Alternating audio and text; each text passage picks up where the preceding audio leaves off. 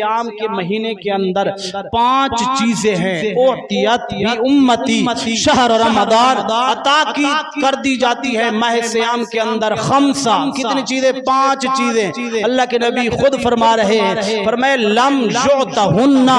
قبل نبی فرمائے یہ ایسی 5 چیزیں ہیں لم یعطہن میرے سے پہلے اللہ نے کسی نبی کو یہ عطا نہیں فرمائی فرمائے ایسا کوٹا جو اللہ نے صرف اپنے حبیب کی امت کو عطا فرمایا وہ 5 چیزیں ایسی ہیں جو اللہ نے اپنے نبی کی امت کے لیے وقف کر دی یہ اور کسی نبی کو نہیں عطا فرمائی عرض کی یا رسول اللہ صلی اللہ علیہ وسلم وہ کون سی ایسی 5 چیزیں ہیں جو اللہ نے اپنے حبیب کی امت کو عطا فرمائی فرمایا پہلی ان میں سے یہ ہے مدینے کے تاجدار آمنہ کے لال نے فرمایا جب ماہ صیام کی پہلی رات آتی ہے تو اللہ تبارک و تعالی نظر اللہ علیہ اللہ نظر کرم فرماتا ہے نظر رحم فرماتا ہے کیونکہ اللہ کی نظر کے اندر پوری کائنات ہے ذرے ذرے کو رب دیکھ رہا ہے قطرے قطرے کو رب دیکھ رہا ہے منافق ہے تو رب اس کو بھی دیکھ رہا ہے مشرک ہے تو رب اس کو بھی دیکھ رہا ہے ہر بندے کو خدا دیکھنے والا ہے فرمایا نظر اللہ علیہم سے مراد یہ ہے کہ اللہ نظر کرم فرماتا ہے مالک کی نظر کرم سے ہوتا کیا ہے یا رسول اللہ اللہ کے نبی نے فرمایا خدا جس کی طرف ایک مرتبہ نظر کرم فرما دے ومن نظر اللہ علیہ ومن لا يعذبہ ابدا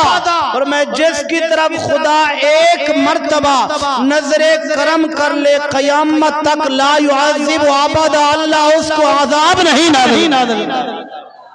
کتنی بڑی شان ہے کہ جس کی طرف اللہ نظر کرم ایک مرتبہ فرما لے اور ماہ صیام کی پہلی رات ہے جس کے اندر اللہ پہلے آسمان کے اوپر آ کر نظر کرم فرماتا ہے اور جو بھی اللہ کی نظر کرم کے اندر آ گیا یہ حضور کا فرمان ہے کائنات بدل سکتی ہے سورج اپنی جگہ چھوڑ سکتا ہے چاند چھوڑ سکتا ہے پر میرے نبی کا فرمان جھوٹا نہیں ہو سکتا خود اللہ کے نبی کہہ رہے ہیں فرمایا اس کے اوپر اللہ قیامت تک عذاب نازل نہیں فرمائے گا اچھا ہوگا کن کے لیے جو سویا ہوا ہے جس کا ارادہ بھی اتنا برا ہے کہ پورے ماہ رمضان کے روزے نہیں رکھنے عید والے دن لٹھے والا سوٹ پہن کر پہلی صف کے اندر چلا جاؤں گا یہ اس کے لیے نہیں ہے بلکہ جس کا ارادہ پختہ ہے جس کا ایمان پختہ ہے اس کا ارادہ یہ ہے کہ ماہ صیام آ گیا ہے اللہ مجھے ہر مصیبت سے بچائے پورے ماہ صیام کے روزے بھی رکھوں گا اور قاری قرآن کے پیچھے کھڑے ہو کر قرآن بھی سنوں گا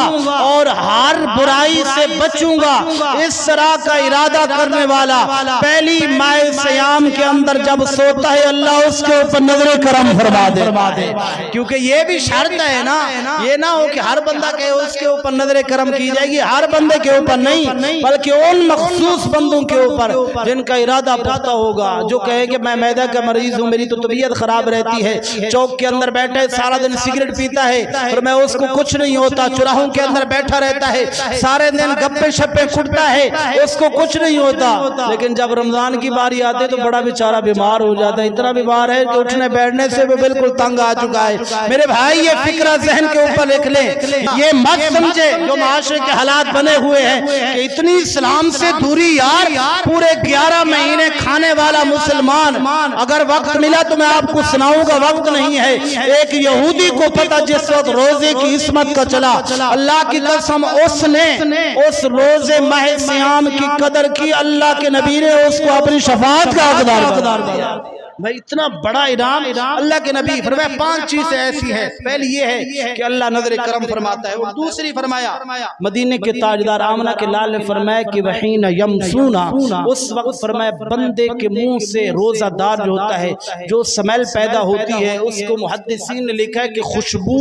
اب جس طرح 12-1 بجے کے بعد بندے کا معدہ خالی ہو جاتا ہے تو فرمایا اندر سے اس طرح کی سمیل معدے کے اندر پیدا ہوتی ہے فرمایا اللہ کے نبی نے فرمایا وہ خوشبو جو ہے اللہ کو اتنی محبوب ہے کہ کستوری سے بھی زیادہ اللہ محبوب فرماتا ہے فرمایا اطیب من عند اللہ من ریح المسک